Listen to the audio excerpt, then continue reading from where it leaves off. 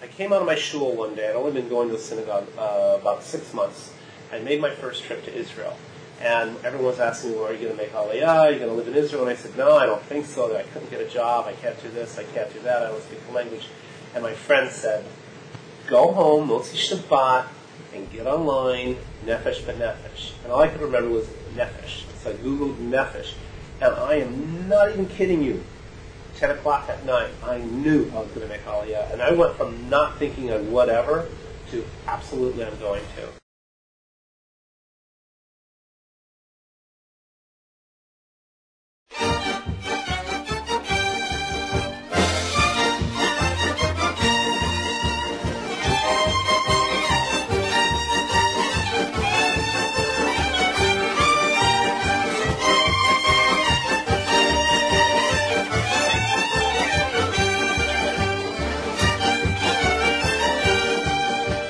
I was in the wine industry in Seattle, and a friend of mine asked me, because I had days off, to start working with her dog, and working with her dog led to working with 25 more dogs. And I really had to end up with a full-fledged pet care company. I saw the ingredients being used in the bathhouses. The dog bathhouses are uncommon in the United States. And they were okay, but they were really weak. They were watered down. They didn't have any essential oils in it. And my customers were asking me to wash their dogs. Long story short, I started making my own shampoo. What I knew about wine, I used in making shampoos and cleaners.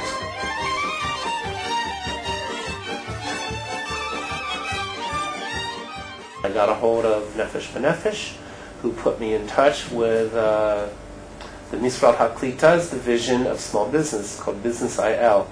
And they emailed me, and before you know it, I came here on my pilot trip, and they met with me, and they loved the idea, and I went from there. I met with business consultants.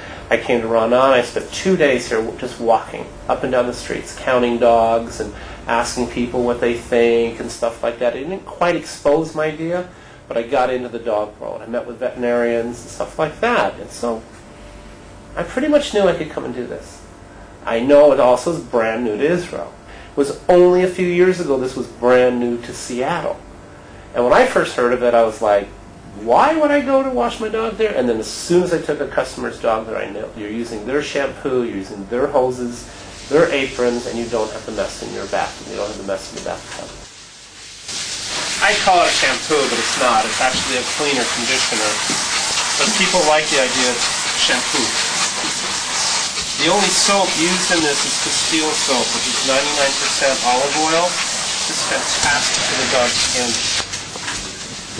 The water is room temperature, and it's really interesting. I've had people say, oh, the water isn't hot, and I've had some people say, oh, the water isn't cold.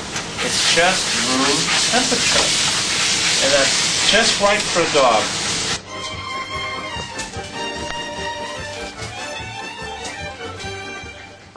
Everyone goes around and shaving their dogs or cutting their hair really short, thinking that's going to help avoid fleas and ticks, and it absolutely does nothing to change it. What helps is keeping your dog clean and brushed and out of the patches and old fields and stuff like that, and away from, I can put it, a lot of dung. A lot of people go around washing their dogs over and over and over, trying to get rid of the smell. They don't realize it's the ears. And it's breaking up all that dirt and the wax, and there's a fungicide treatment involved in this ear cleaner too. And then you can kind of let them go. If they want to shake it, they can shake it. Business has been very good. I'm surprised on the amount of Israelis that are coming in. I thought that was going to be a lot harder egg to crack. It's just they have to understand it. The Anglo says, oh, these are dog bathhouses. Ah, we know about those, or we saw one in New York, or we knew they had one in the lady from France. These are all over France, she says, but there's none here in Israel. And she brings back her beautiful dog and was delighted that she could go off and go shopping and leave her dog here. So, yeah, it's been very successful.